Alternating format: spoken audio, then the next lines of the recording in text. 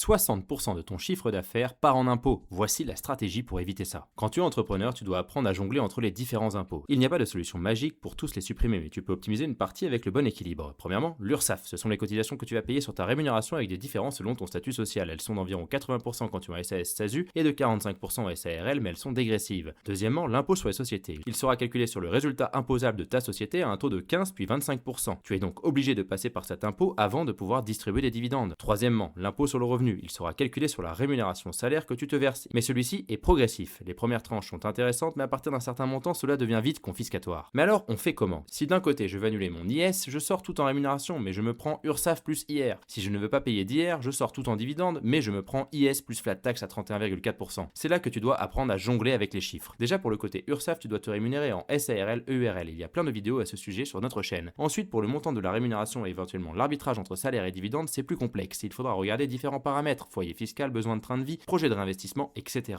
Petit tips, si tu as une grosse rémunération, le versement sur un PER via ta société peut être très pertinent. Tu vas ici combiner déduction fiscale et profiter de la dégressivité des charges sociales. D'ailleurs, si tu souhaites une stratégie de rémunération sur mesure, tu peux prendre rendez-vous sur notre site directement. Allez, prenons un exemple pour voir tout ça. Lisa, 33 ans, est présidente de SASU, électricienne. Elle dégage un bénéfice de 300 000 € avant rémunération. Elle est mariée à Eric, ils ont ensemble 3 enfants. Ayant peur de payer trop d'impôts, elle se verse juste un SMIC et le reste en dividende. Pour un salaire de 16 800 €, cela lui coûte 30 501 € à sa SASU. Le reste est distribué en dividende après IS. Au final, elle touche un net de 158 373 €, soit un ratio de 52,73% avec une retraite brute seulement de 1 242 € par mois. Plusieurs choses ne vont pas ici. Premièrement, elle n'utilise pas la composition de son foyer fiscal. Mari sans revenu plus 3 enfants. Cela lui permettrait de verser une grosse rémunération en salaire et d'avoir un impôt sur le revenu bien réduit. Mais pour limiter le coût de la rémunération, elle doit déjà passer en EURL pour des charges sociales plus faibles. Voilà ce que cela donne avec un passage en EURL plus une stratégie 100% rémunération. La rémunération serait de 222 377 € pour le budget à 300 000 avec des cotisations à 77 000 €, un impôt sur le revenu à 48 000 et un net dans sa poche à 173 973 €. Ici, on a un meilleur ratio à 57,6% avec une retraite brute cette fois-ci bien plus intéressante à 5 782 € par mois. Elle touche donc 15 000 € de plus et a une meilleure retraite. Mais on y allait un peu fort sur la rémunération avec un dépassement de la TMI à 30%. En faisant un arbitrage entre rémunération et dividende, on peut aller chercher un optimum de 181 000 €, soit plus de 60% net dans ta poche. Il y a d'autres alternatives. Réinvestir une partie des bénéfices via un schéma holding, immobilier avec crédit, financier, etc.